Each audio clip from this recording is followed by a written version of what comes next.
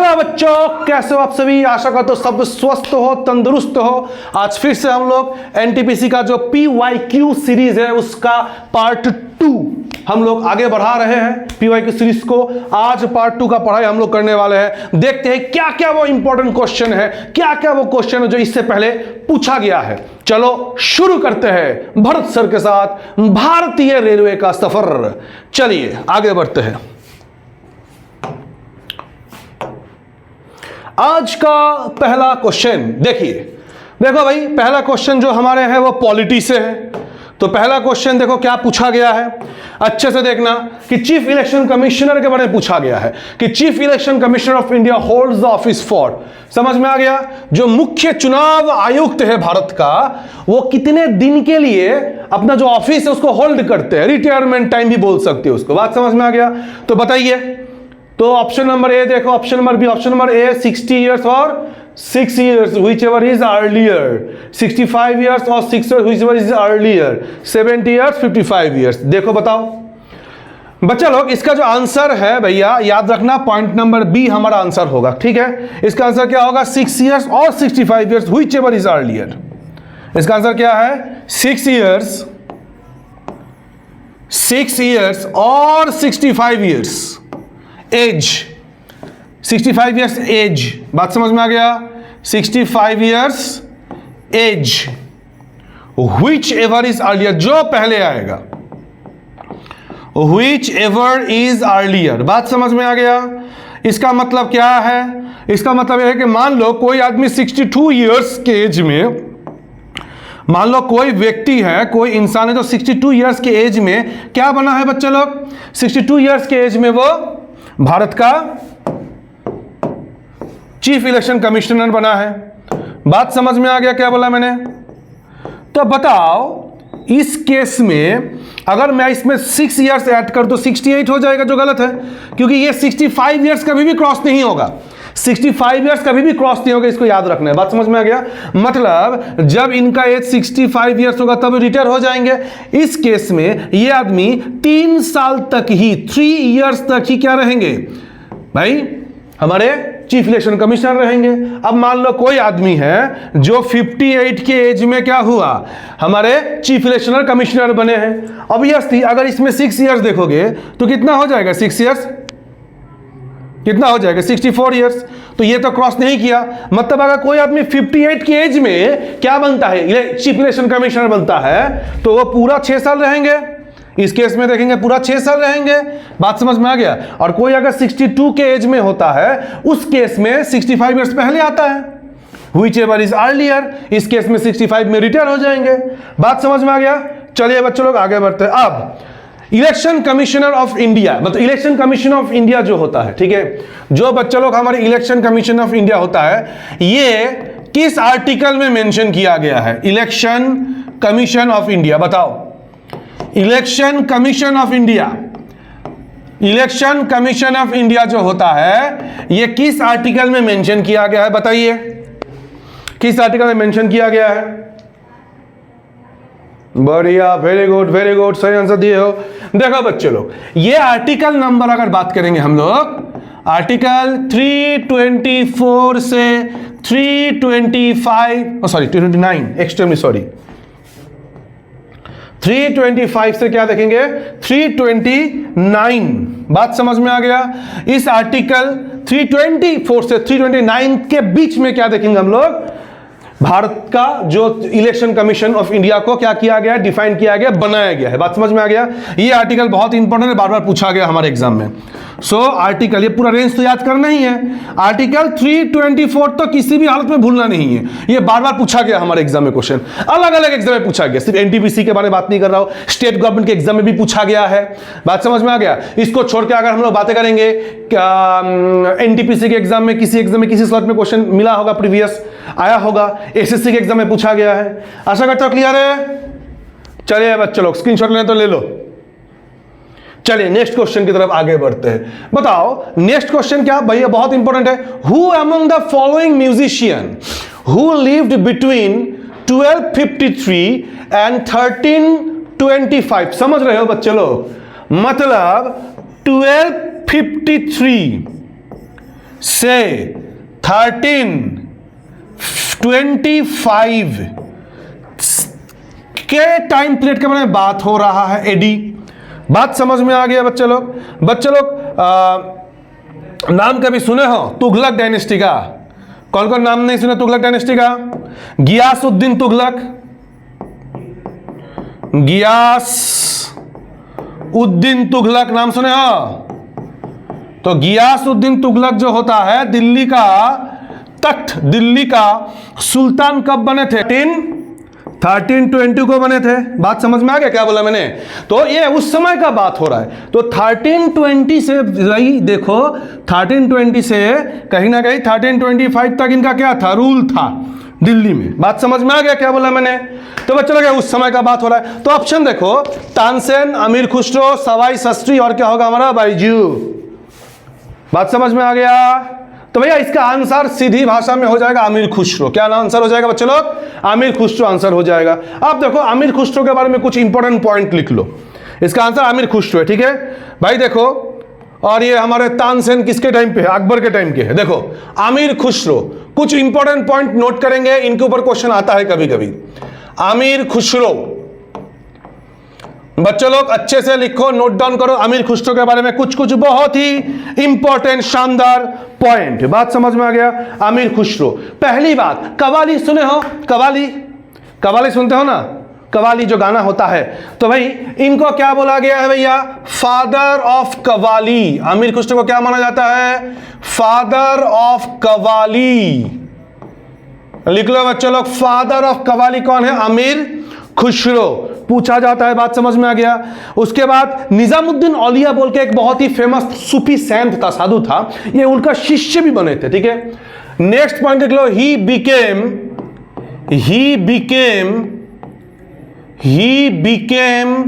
The disciple of Sufi सैंत,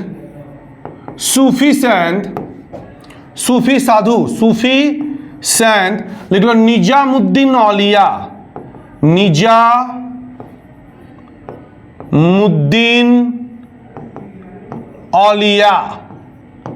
बात समझ में आ गया? किसके बारे थे? निजामुद्दीन औलिया। ये याद रखना है। He become the disciple, disciple student के बारे में बात हो रहा है, स्टूडेंट, शिष्य, स्टूडेंट के बारे में बात हो रहा है। बात समझ में आ गया? चलिए नेक्स्ट बच्चे लोग, सितार नाम सुने? सितार जो म्यूजिक इंस्ट्रूमेंट है, इन्होंने क्या किए थे? सितार का इन्वेंट किए थे। ही इन्वेंटेड सितार। क्या बच्चे लोग? ही इन्वेंटेड सितार। सितार का उपयोग इन्होंने किए थे, मतलब आसान भाषा में इन्वेंट किए थे। बात समझ में आ गया? और बोल सकते हो दो म्यूजिक का जो होता है, म्यूजिकल एंड लिख लो ऐसे करके, एंड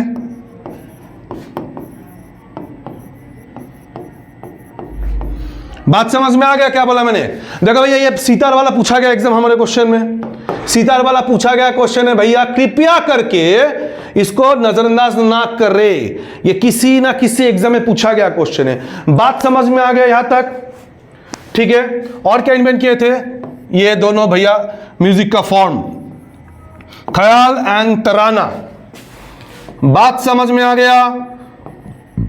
ये भाई याद कर लो, क्योंकि कभी ना कभी पूछा गया है, किसी न किसी एग्जाम में इन फ्यूचर पूछे जाने का भी पॉसिबिलिटी बहुत ज्यादा आता है। बात समझ में आ गया? अब इनको कुछ टाइटल मिला था जो बहुत इंपॉर्टेंट है हमारे एग्जाम पॉइंट ऑफ व्यू से। तृतीय हिंद या फिर पैरेट ऑफ इंडिया, बार बार पूछा गया क्वेश्चन है। या फिर इसको हम लोग इंग्लिश में क्या बोलेंगे? पैरेट ऑफ इंडिया, तृतीय हिंद या फिर बच्चा लोग पैरेट ऑफ इंडिया। तक क्लियर है तो बताओ, एनी कंफ्यूजन? तृतीय हिंद, बात समझ में आ गया? नेक्स्ट, इनको ही बोला जाता है फादर ऑफ उर्दू लिटरेचर। इधर ही लिख देता हूं, ठीक है? फादर ऑफ उर्दू लिटरेचर, इनको क्या होना था? Father of Urdu literature, Urdu literature. बात समझ में आ रहा है क्या? नहीं आ रहा है? बताओ। Father of Urdu literature, father of qawwali, समझ में आ गया? बहुत ही फेमस सूफी संत, उसका निजामुद्दीन औलिया के स्टूडेंट भी रह चुके हैं, सितार का इन्वेंशन इन्होंने किए हैं। बात समझ में आ गया क्या बोला मैंने? फादर ऑफ, अच्छा, या फिर इसको इनको वॉइस ऑफ इंडिया भी बोला जाता है। क्या बोला जाता है? वॉइस ऑफ इंडिया भी बोला जाता है इनको, वॉइस ऑफ इंडिया। बात समझ में आ गया बच्चे लोग? अगर कोई गूगल में इसको चेक करोगे, रीचेक करोगे, कृपया करके वॉइस ऑफ इंडिया के बाद ये नाम लिख देना, अमीर खुसरो। नहीं तो वॉइस ऑफ इंडिया जो पता नहीं कौन सा चैनल में म्यूजिक आता है ना, म्यूजिक का कंपटीशन, रियलिटी शो, वो ना दिखा दे वॉइस ऑफ इंडिया। बात समझ में आ गया? आजकल क्या बोलूं बताओ, अकबर सर्च करने से सबसे पहले फोटो आता है ऋतिक रोशन का, बताओ। महादेव सर्च करोगे, हमारे मोहित रैना का फोटो आ जाता है। बात समझ में आ गया? उसके बाद भूगोल में देखना, जो हमारे यूनिवर्स जो क्या हुआ था, का क्रिएशन हुआ, बिग बैंग थ्योरी सर्च करो, पता नहीं कौन सा भैया एक अंग्रेजी सीरीज आ जाता है। मतलब क्या बोले। और चलिए बच्चों आगे बढ़ते हैं। नेक्स्ट, इन्होंने दिल्ली में ही विटनेस्ड, ये भी पूछा था क्वेश्चन कभी कभी, ही विटनेस्ड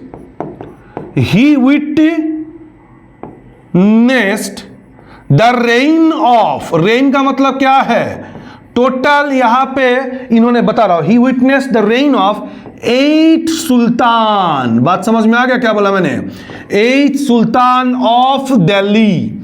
दिल्ली में टोटल 8 सुल्तान को इन्होंने रूल करते हुए देखे हैं। बात समझ में आ गया क्या बोला मैंने? इतिहास जब आगे के क्लास में पढ़ोगे तब पता चल जाएगा कि ये कुछ एरिया था ना जहां पे फ्रीक्वेंट मतलब राजा चेंज हो रहा था, कहीं ना कहीं कुछ कम समय के लिए राजा बन रहे थे, क्योंकि स्लेव डायनेस्टी में बलबन के डेथ के बाद जो राजा बने थे बहुत ही कम समय के लिए थे। उसको जब तुगलक डायनेस्टी आ जाएगा, तुगलक में भी देखोगे कहीं ना कहीं ये तो 4-5 साल के लिए रूल किए थे। कौन? हमारे गियासुद्दीन तुगलक। उसके बाद मोहम्मद बिन तुगलक का टाइम थोड़ा सा होगा, उसके बाद देखेंगे धीरे धीरे डिक्लाइन हो जाएगा कहीं ना कहीं। फिरोज शाह तुगलक भी थोड़ा बहुत रूल करेंगे, उसको डिक्लाइन हो जाएगा। बात समझ में आ गया?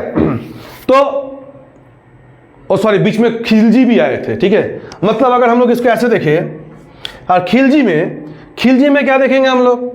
मतलब स्लेव के बाद खिलजी आया, खिलजी में क्या देखेंगे हम लोग?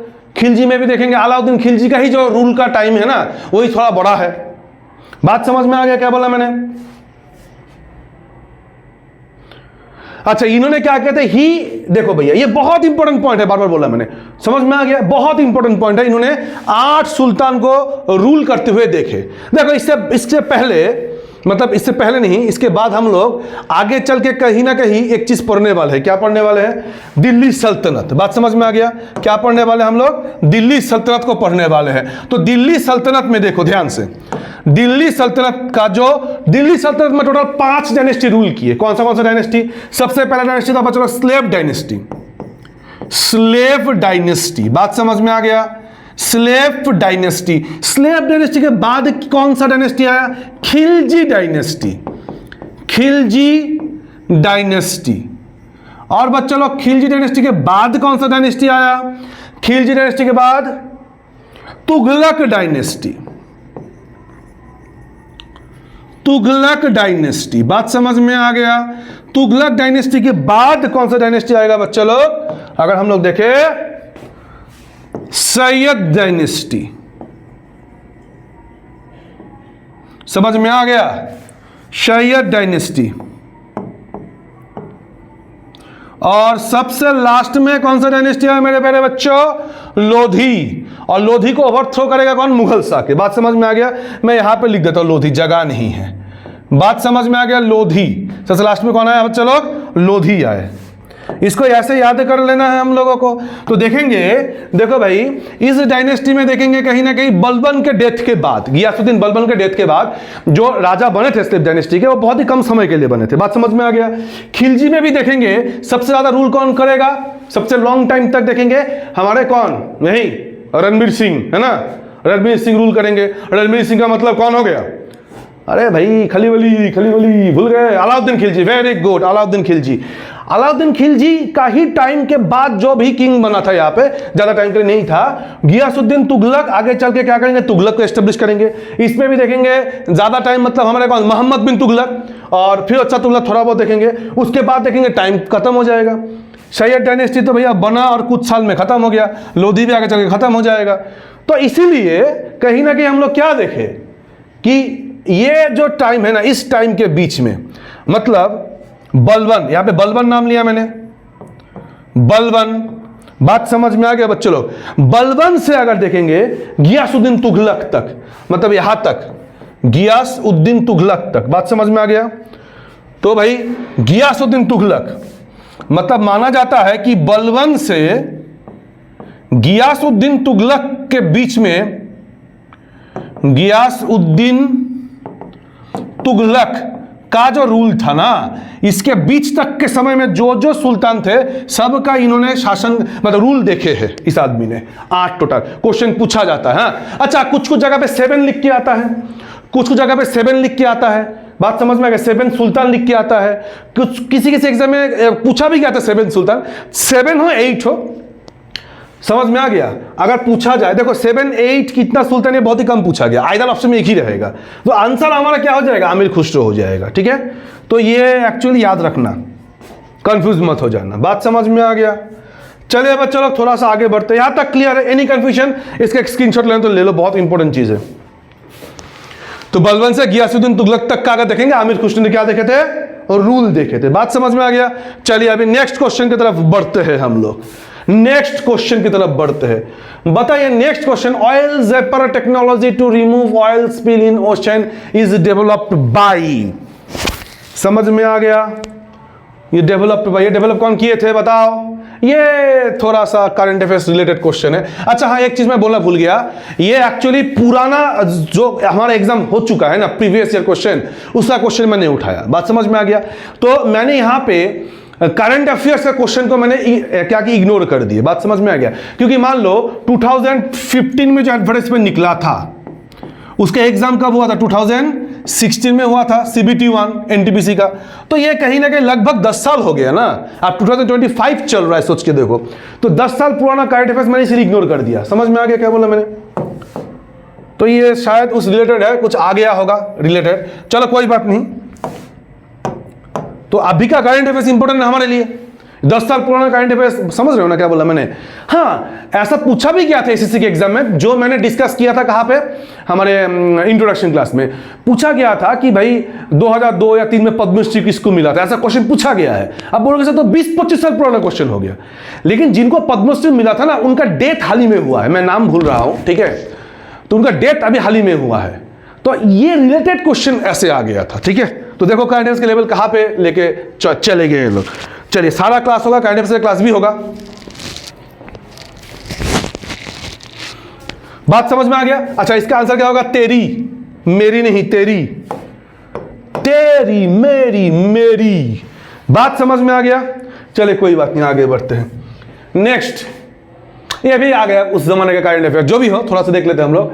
The union government has released a commemorative postal stamp to mark the centenary year of which is the apex institution on fauna taxonomy in India। बात समझ में आ गया क्या बोला मैंने?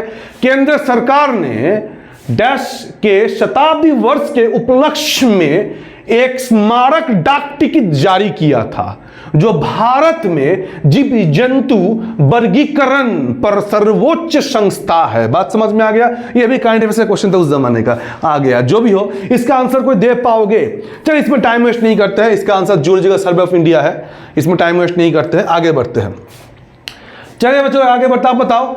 ये अभी हमारा भूगोल का क्वेश्चन है, जियोग्राफी का क्वेश्चन है। बताओ, क्वेश्चन देखो एक बार, क्वेश्चन पढ़ लो एक बार, क्वेश्चन पढ़ लो। मैं थोड़ा साइड में आ जाता हूं, क्वेश्चन पढ़ लो।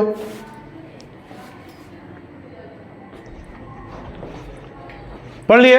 The presence of ozone, the presence of ozone in the dash presents sun's prevents sun's harmful ultraviolet ray. तो पता है ना कि भाई यूवी रे आता है सन के।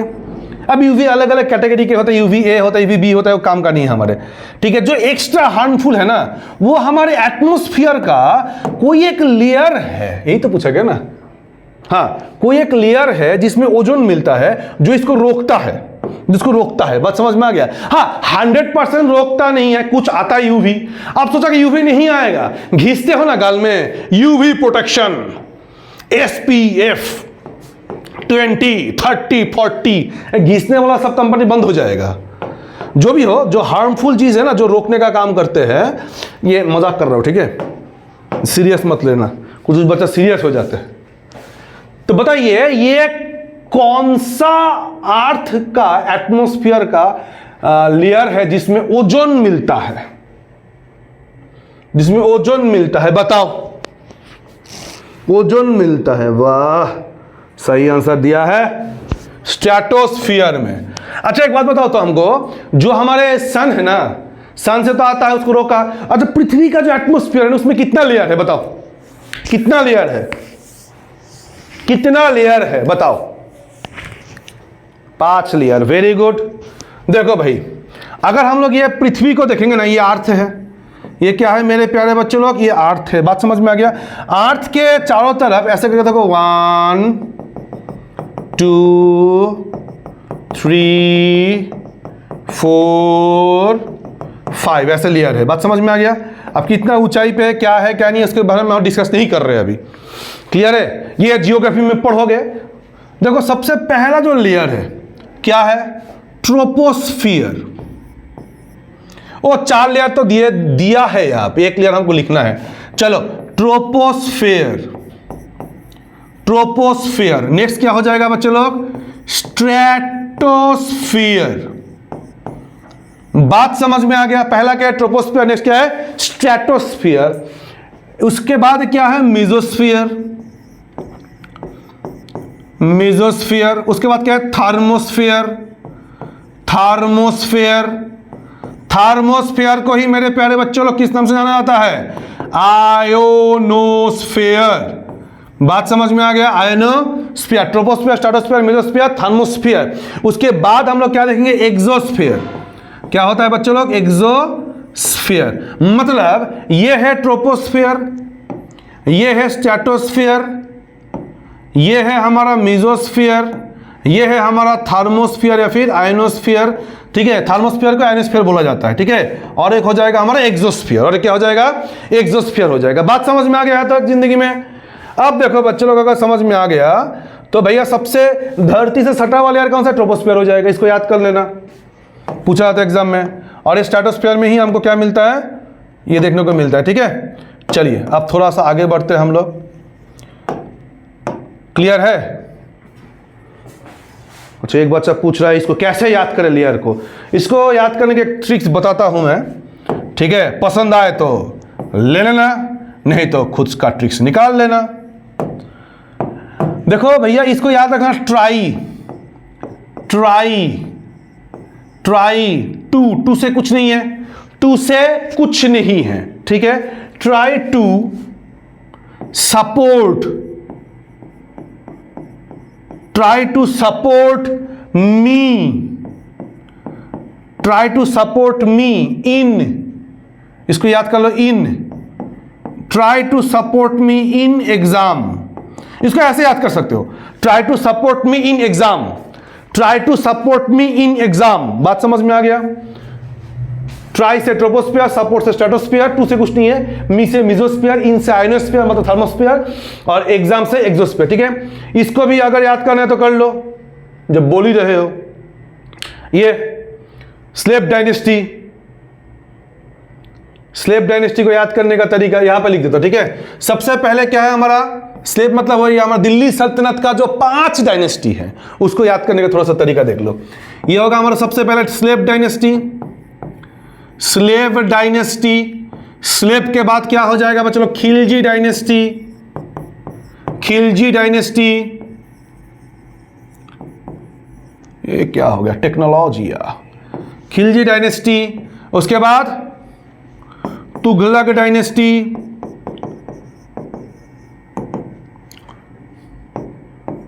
सैयद डायनेस्टी, और लास्ट में क्या बोला अभी, लोधी, लोधी। बात समझ में आ गया, इसको याद कर लो। एस के सलमान खान, सलमान खान, एस के सलमान खान, तुसी, तुसी सलमान खान। याद रखना सलमान खान के घर पे बहुत ज्यादा स्लेव है, काम करने के लिए। बात समझ में आ गया? क्योंकि दो दो एस आ जाएगा तो कंफ्यूज हो जाओगे। सलमान खान तुसी, सलमान खान तुसी शादी का लड्डू खिलाओ, शादी का लड्डू खिलाओ, खिलाओ, खिलाएंगे तो नहीं, इसे खिलाओ से कुछ नहीं है। सलमान के एस से क्या हो जाएगा? स्लेव, खान से क्या हो जाएगा? खिलजी, तुसी से तुगलक, शादी से सैयद, लड्डू से क्या हो जाएगा? लोधी। सलमान खान तुसी शादी का लड्डू खिला, ठीक है। अच्छा, और एक चीज जान ही लो जब बोल ही रहे हो, ये जो पहला जो 4 डायनेस्टी है ना, ये है हमारा टर्किश, टर्किश पहला कौन है बच्चों लोग? 4 टर्किश है। और लास्ट वाला जो है, जो लास्ट वाला है मेरे प्यारे बच्चों, ये क्या हो जाएगा? ये है अफगान डायनेस्टी, दिल्ली का पहला अफगान डायनेस्टी। बात समझ में आ गया? वाह, आ रहा है समझ में। बच्चा बोल रहा है यस सर।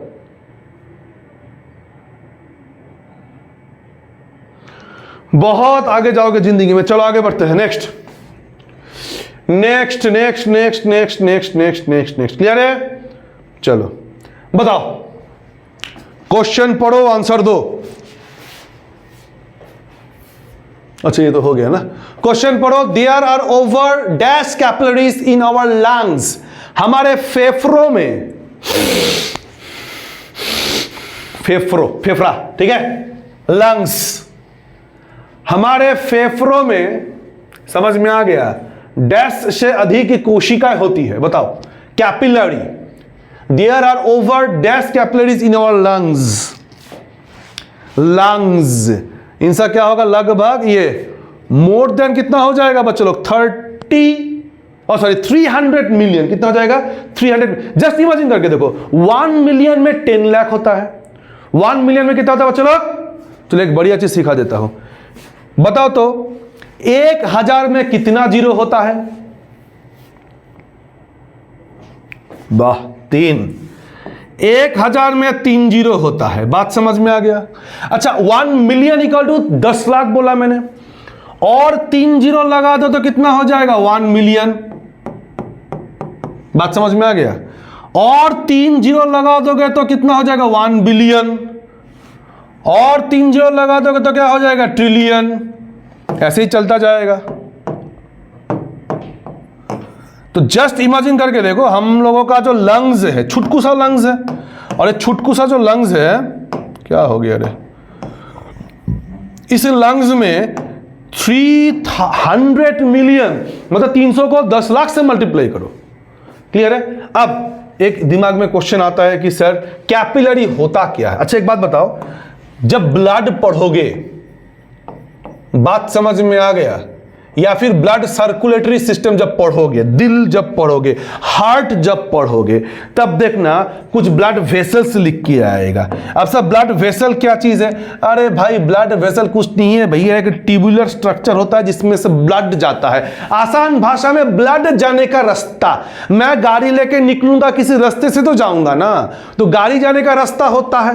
बात समझ में आ गया? ऐसा थोड़ी होता है कि मैं स्कूटी चला रहा हूं, बात समझ में आ गया, कैफे में कोई कॉफी पी रहा है तो मैं अंदर घुसा दिया, ऐसा तो नहीं होगा ना। तो बच्चों लोग, ब्लड जो होता है, ब्लड वेसल्स, ब्लड वेसल्स, एक देखो भैया होता है क्या हमारा? आर्टरी। एक क्या होता है? आर्टरी। एक होता है हमारा वेन्स। एक होता है हमारा कैपिलरी। बात समझ में आ गया? ये रहा स्पेलिंग कैपिलरी का। एक क्या होगा हमारा? कैपिलरीज। बात समझ में? कैपिलरी, कैपिलरीज, जो भी बोलोगे। तो बच्चे लोग, ये मान लो हम लोगों का दिल है, ये कैसा टेढ़ा दिल बन गया रे। तो बच्चे लोग, ये मान लो हमारा दिल है, हाँ, पान थोड़ी बनाऊंगा। ये मान लो बच्चों लोग कोई एक बॉडी क्या है? बॉडी का ऑर्गन है। क्या है बच्चों लोग? बॉडी का ऑर्गन है, कोई टिश्यू है मान लो। बात समझ में आ गया? एक बात बताओ बच्चे लोग, बहुत सारा सेल मिलके क्या बनाएगा? टिश्यू बनाएगा। और टिश्यू मिलके क्या बना देगा?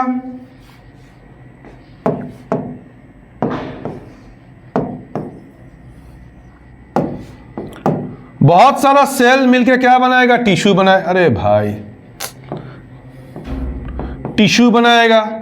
और सब बहुत सारा टिश्यू मिलके क्या बनाएगा बच्चे लोग, ऑर्गन बना, यही तो होता है ना, CTO CTO CTO CTO, cell मिलके टिश्यू बनाएगा, टिश्यू मिलके क्या बना देगा, ऑर्गन बना देगा। बात समझ में आ गया। अब देखो ध्यान से थोड़ा सा यहां पे, अब थोड़ा सा ध्यान से देखो,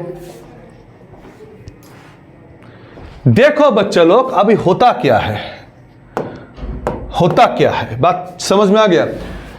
देखो ये हल्का सा आइडिया ले लो, क्योंकि ये पूरा पूरी समझाना पॉसिबल नहीं है अभी। बात समझ में आ गया क्या बोला मैंने, क्योंकि जब हार्ट पढ़ेंगे तब देखेंगे इसको। हार्ट से जो भी ब्लड पंप होके कोई एक टिश्यू में आता है, और यहां से एक टिश्यू भैया क्या हो जाएगा, ब्लड में जाएगा। आप देखो वेना कावा बोल के भी एक चीज होता है, ऑर्टा बोल के एक चीज होता है, उसमें हम लोग नहीं जा रहे, सिंपल तरीके से समझ लो, ठीक है, क्योंकि वेना कावा जाके यहां पे ब्लड को लेके जाता है। तो बच्चा लोग अगर हार्ट से जो दूर जाता है भैया वो ऑक्सीजनेटेड ब्लड को लेके जाता है, और हार्ट में जो वापस आता है वो क्या लेके आता है, कार्बन डाइऑक्साइड या फिर डीऑक्सीजनेटेड ब्लड को लेके आता है। बात समझ में आ गया। अब यही आता है ब्लड वेसल। ब्लड वेसल एक होगा आर्टरी और एक होगा वेन्स। पूछा जाता है कि आर्टरी क्या कैरी करता है। देखो बच्चों लोग दो तरीका है, एक हार्ट से अवे जा रहा है, दूर जा रहा है, बात समझ में आ गया, अवे ए है, इधर भी ए है, और ये हमेशा क्या करता है, ऑक्सीजनेटेड ब्लड को कैरी करता है। और जो हार्ट में वापस आता है, वापस 2 मिनट के लिए वापस का स्पेलिंग भी मान लो, बात समझ में आ गया। तो ये कार्बन डाइऑक्साइड ब्लड या फिर डीऑक्सीजनेटेड ब्लड को हमेशा कैरी करता है। नहीं तो इसको ऐसे भी याद कर सकते हो। इसको याद करने का और भी एक तरीका बता रहा हूं मैं।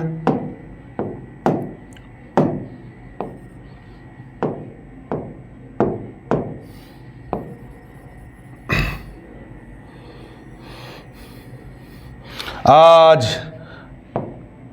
चलिए बात समझ में आ गई। और एक तरीका क्या है देख ले एक बार, और ये तरीका थोड़ा सा इजी लगेगा। कैसे सर इजी लगेगा, बताओ बच्चे लोग। ये क्या है, भी है, ये क्या है हमारा, सी है, सी है, vice captain, vice captain, vice chancellor, बात समझ में आ गया। वी से वेन, सी से कार्बन डाइऑक्साइड ब्लड, नहीं तो डीऑक्सीजनेटेड ब्लड, बात समझ में आ गया।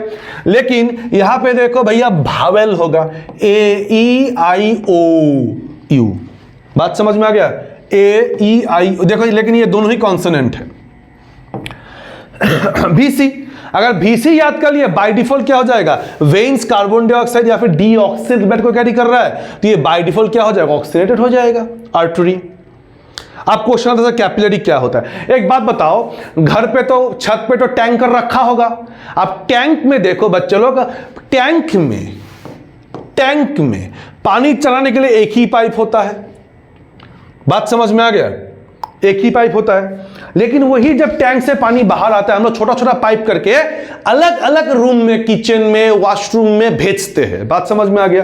तो बताओ, ये एक टिश्यू बोला था मैंने, टिश्यू बहुत सारा सेल मिलकर टिश्यू बनाएगा अब बहुत सारा टिश्यू मिलकर क्या बनाएगा, ऑर्गन बनाएगा। मतलब ऑर्गन बहुत सारा टिश्यू मिलकर बना है और बहुत सारा सेल मिलकर टिश्यू बना ही तो होगा ना, यही तो होगा। मतलब इस टिश्यू के अंदर बहुत सारा सेल है, हर सेल में मुझे क्या पहुंचाना है, ऑक्सीजन पहुंचाना है, बात समझ में आ गया। इसीलिए यही जो भैया पाइप है, छोटा छोटा पाइप में डिवाइड हो जाता है आगे चल के, बात समझ में आ गया, छोटा छोटा पाइप में डिवाइड हो जाता है। ये छोटा छोटा पाइप को हम लोग क्या बोलेंगे, कैपिलरी बोलेंगे। क्या बोलेंगे, कैपिलरी बोलेंगे, बात समझ में आ गया। क्या बोलेंगे बच्चों लोग, कैपिलरी बोलेंगे। आशा करता हूं क्लियर है। Any confusion till now. लेकिन कभी भी जब हार्ट पढ़ोगे ना, हार्ट में और एक टर्म आता है। क्या टर्म आता है, ये तो हम लोग याद कर लिए कि वेन्स क्या कैरी करता है sir, carbon dioxide, deoxygenated blood. और आर्टरी क्या कैरी करता है सर, ऑक्सीजनेटेड ब्लड कैरी करता है, ठीक है। लेकिन अगर गलती से ये दोनों भैया के सामने, समझ में आ गया, अगर गलती से बच्चे लोग, अगर किसके सामने, आर्टरी और वेन्स के सामने एक वर्ड आ जाए पल्मोनरी, बात समझ में आ गया, क्या आ जाएगा, पल्मोनरी, पल्मोनरी, बात समझ में आ गया। अच्छा ये दोनों याद कर लेते हैं, 2 मिनट में याद हो जाएगा। अगर गलती से वर्ड आ जाता है बच्चों लोग पल्मोनरी, पल्मोनरी क्या है, आर्टरी, पल्मोनरी आर्टरी या फिर पल्मोनरी वेन्स, बात समझ में आ गया, पल्मोनरी आर्टरी या फिर पल्मोनरी वेन्स अगर गलती से एग्जाम में आता है, जस्ट इसको उल्टा कर देना है। अगर पल्मोनरी वर्ड कहीं दिख गया, अगर कहीं पर पल्मोनरी वर्ड दिख गया, उल्टा कर देना है। नॉर्मली आर्टरी क्या कैरी करता है, ऑक्सीडेटेड ब्लड, ये हो जाएगा कार्बन डाइऑक्साइड वाला ब्लड।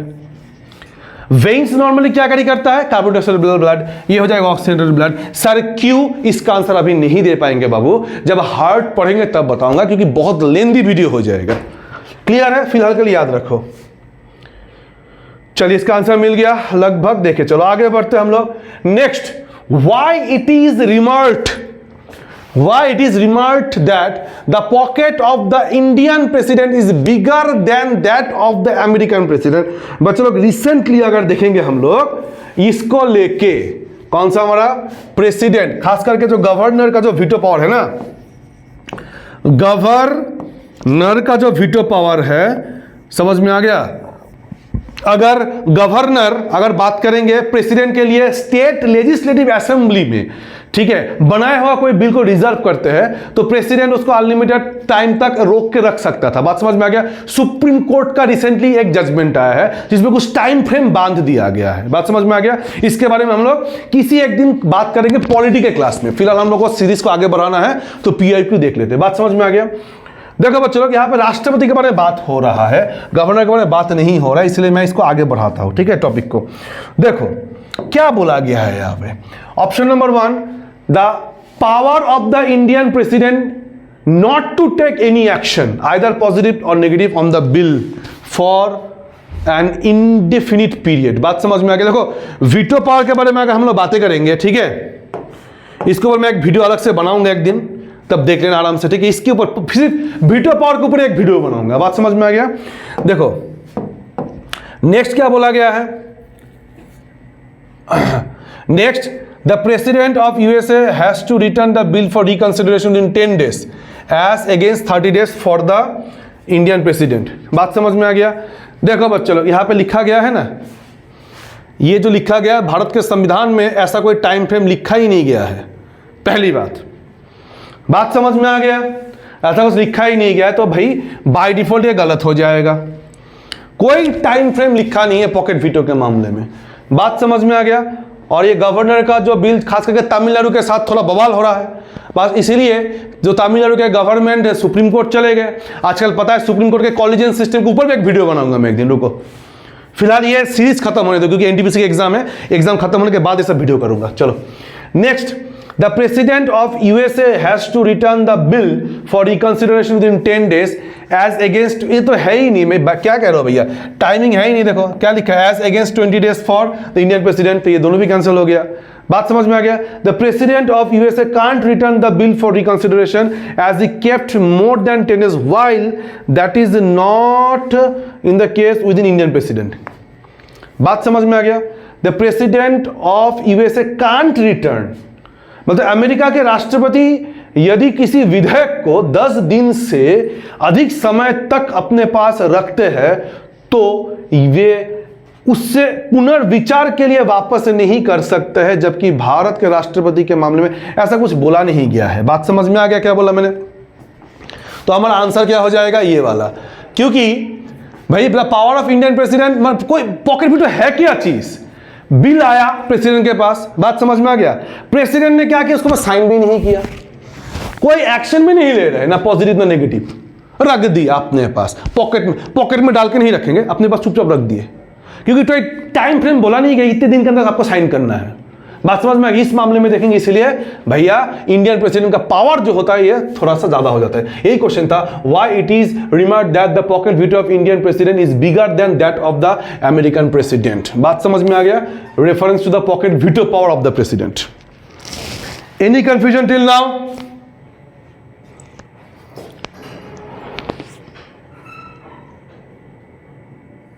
चलिए आगे बढ़ते हैं। नेक्स्ट बच्चे लोग, नेक्स्ट क्वेश्चन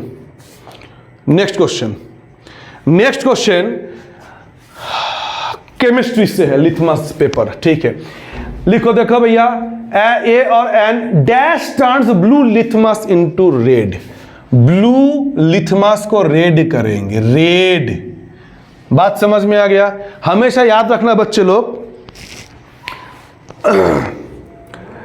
हमेशा याद रखना कि एसिड अगर कहीं पर है, बात समझ में, डाइल्यूटेड नहीं, नॉर्मली HCl, बात समझ में आ गया?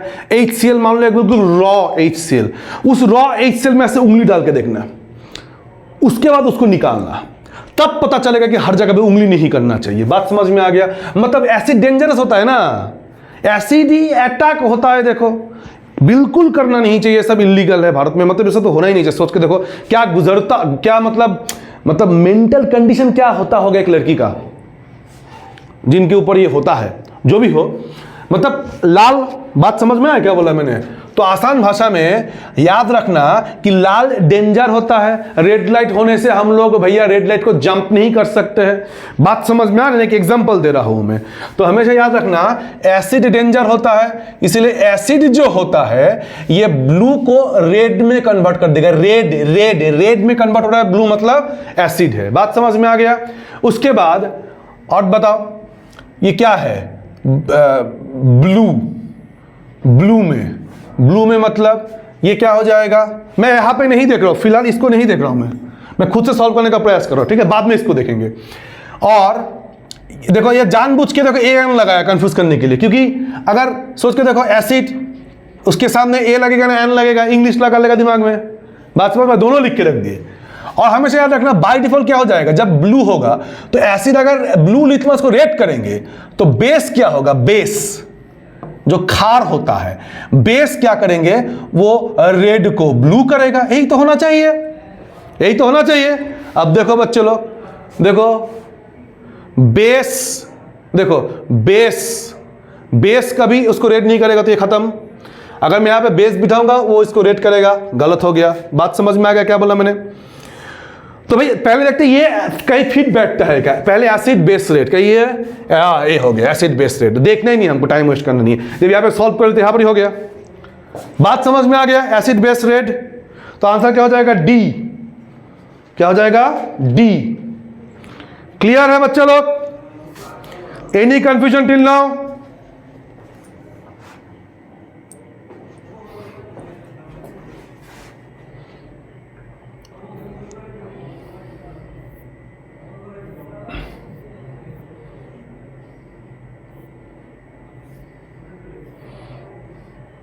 चलिए, यहां तक क्लियर है? चलो नेक्स्ट क्वेश्चन में जाते हैं हम लोग। विच ऑफ द फॉलोइंग में cause the breakdown of pyruvate into lactic acid in our muscle? देखो फिर से बायोलॉजी का क्वेश्चन है। बात समझ में आ गया? अब देखो बच्चे लोग, सीधी बात, ये बायोलॉजी के बाद जब पूरा कर लोगे ना तब पता चलेगा। देखो हम लोग सांस लेते हैं, सांस जब लेंगे तो जो हमारा जो लंग्स है ना उसमें ऑक्सीजन जाता है और ब्लड में ऑक्सीजन चला जाता है। उधर से ब्लड में, हम लोग पढ़ेंगे इसको भी कि लंग्स से ब्लड में ऑक्सीजन चला जाता है। बात समझ में आ गया? अब खाना खाते हैं हम लोग, ये लेक्चर पढ़ चुके हैं, देखो डाइजेस्टिव सिस्टम ऑलरेडी, उसका एक अपलोडेड है हमारे कहाँ पे, क्या नाम है, यूट्यूब चैनल में। स्मॉल इंटेस्टाइन में भी फाइनल डाइजेशन हो गया, उससे क्या होगा? हमारा ब्लड जो होता है क्या निकालते हैं? ग्लूकोज। तो वो ग्लूकोज स्मॉल इंटेस्टाइन से उठाया ब्लड, C6H12O6, बात समझ में आ गया? और ये एक एक सेल में पहुंचाया ब्लड लेके, क्योंकि सेल को रेस्पायर करना है। बात समझ में आ गया? तो ग्लूकोज ब्लड क्या किया? स्मॉल इंटेस्टाइन से उठा के कुछ लीवर में डिपॉजिट किया, वो सब लिखा है, देख मतलब मैंने पढ़ा दिया, देख लेना, ठीक है। और बाकी सेल में लेके चलेगा। और ये लंग से क्या उठाया मैंने? ऑक्सीजन उठाया। मतलब ये ही ग्लूकोज जब सेल में जाएगा ऑक्सीजन की मदद से टूटेगा। टूटने के बाद क्या बनेगा? कार्बन डाइऑक्साइड बनेगा, वाटर बनेगा और एनर्जी बनेगा। और यही एनर्जी एटीपी के रूप में कहां पे स्टोर होगा? माइटोकॉन्ड्रिया में। समझ में आ गया? एडिनोसिन ट्राइफॉस्फेट एटीपी के रूप में कहां पे? माइटोकॉन्ड्रिया में क्या हो जाएगा? स्टोर हो जाएगा। मतलब इसको क्या बोलते हैं? Cellular respiration. Cellular respiration.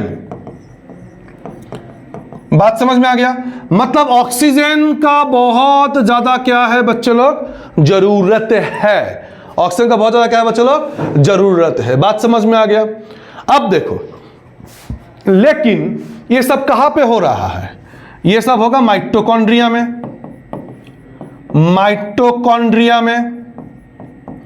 लेकिन मान लो एक सेल है, बात समझ में आ गया, और सेल में यहां पे मान लो माइटोकॉन्ड्रिया है, मान लो माइटोकॉन्ड्रिया है। बात समझ में आ गया क्या बोला मैंने? अब ग्लूकोज जब कहां पे घुसा, ग्लूकोज जब यहां पे घुसा, सेल पे घुसा, ठीक है, मैं सेल को थोड़ा सा ढंग का बना देता हूं भैया, ये तो अमीबा जैसा लग रहा है।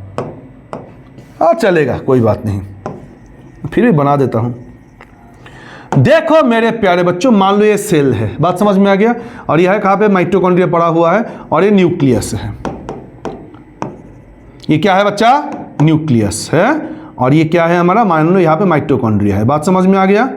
ये मान लो माइटोकॉन्ड्रिया है, उसको बीच से काटा मैंने।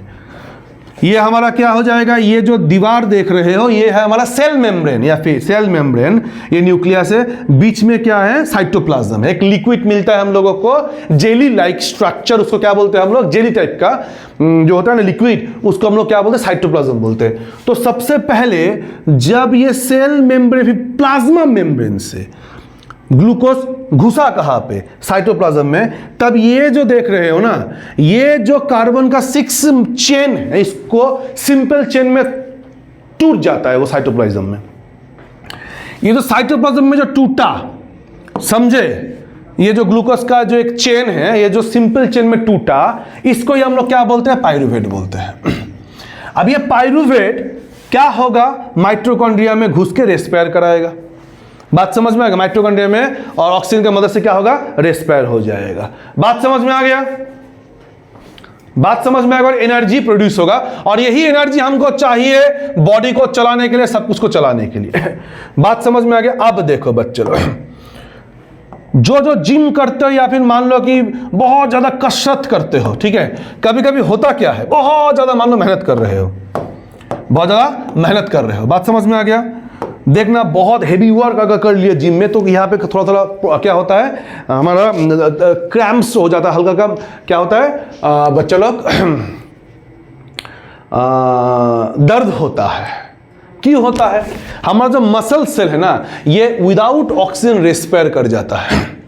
ये विदाउट ऑक्सीजन क्या होता है, रेस्पायर कर जाता है। जब भी ये विदाउट ऑक्सीजन रेस्पायर करेगा, तब ये लैक्टिक एसिड बना देता है। तब ये क्या करता है, लैक्टिक एसिड बना देता है, इसीलिए थोड़ा सा पेन होता है।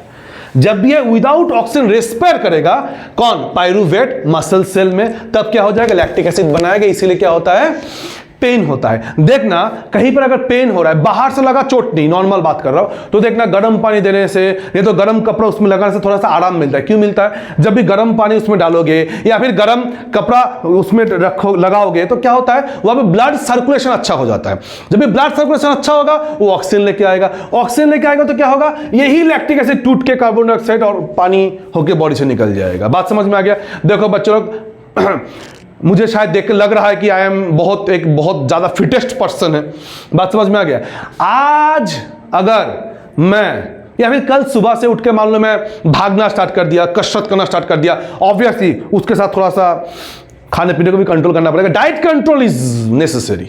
डाइट कंट्रोल का मतलब नहीं कि खाना पीना छोड़ देना, दोनों में डिफरेंस है। डाइट कंट्रोल मतलब जितना जरूरत है उतना ही लेना, उससे ज्यादा ना कम लेना। तो क्या हो जाएगा, ये जो देख रहे हो ना एक्स्ट्रा खाना फैट के रूप में जो मेरे बॉडी में जो डिपॉजिट हो गया है, ये भी क्या होगा, ये कहाँ जाएगा, ये ऑक्सीजन आएगा। देखना, बहुत भागोगे या फिर बहुत ज्यादा जिम करने के बाद भूख लगता है, क्यों लगता है, यही जो एक्स्ट्रा जो फैट सेल है ना, ये भैया रेस्पायर हो रहा है, ऑक्सीजन की मदद से टूटेगा। समझ में आ गया? बहुत भागते हो, बहुत दौड़ते हो, देखना हाफते हो, क्यों, बॉडी की एनर्जी चाहिए। जितना ऑक्सीजन जाएगा उतना ग्लूकोज को तोड़ेगा, तोड़ के कार्बन डाइऑक्साइड बनाएंगे, वाटर बनाएंगे, और क्या बनाएंगे, एनर्जी बनाएंगे, एनर्जी। और यही एनर्जी हमको भगाएगा, यही एनर्जी हमको क्या करेंगे बच्चे लोग, जिम करने में मदद करेंगे। बात समझ में आ गया? तो ये बहुत इंपॉर्टेंट होता है। तो भाई आंसर मिल गया होगा, आंसर मिल गया होगा, यही आंसर होगा, लैक ऑफ ऑक्सीजन। ऑक्सीजन अगर नहीं होगा तो बाय डिफॉल्ट क्या हो जाएगा, तो मैं बता ही दिया, लैक्टिक एसिड में कन्वर्ट हो जाएगा। मतलब मसल सेल जो होता है वो ऑक्सीजन के लैक में, बात समझ में आ गया, ऑक्सीजन की कमी में क्या करेगा भैया, वो लैक्टिक एसिड बना देगा पायरूवेट से। क्लियर है? अच्छा, सारा खिचड़ी यहां पर ही पका दिया। चलिए बच्चों, यहां तक क्लियर है? चलिए नेक्स्ट क्वेश्चन, नेक्स्ट क्वेश्चन। और ये जो क्वेश्चन है बच्चे लोग कृपया करके इसका स्क्रीनशॉट ले ले, ये रहेगा मेरा होमवर्क। ये क्या रहेगा? होमवर्क। बात समझ में आ गया? आंसर मैं नेक्स्ट दूंगा, जरूर दूंगा, लेकिन ये होमवर्क रहेगा। क्लियर है? सारा ऑप्शन जो होता है वो क्या क्या उस मतलब कलर देता है, वो चीज एक बार देख लेना, ठीक है? सारा क्लियर है बच्चे लोग?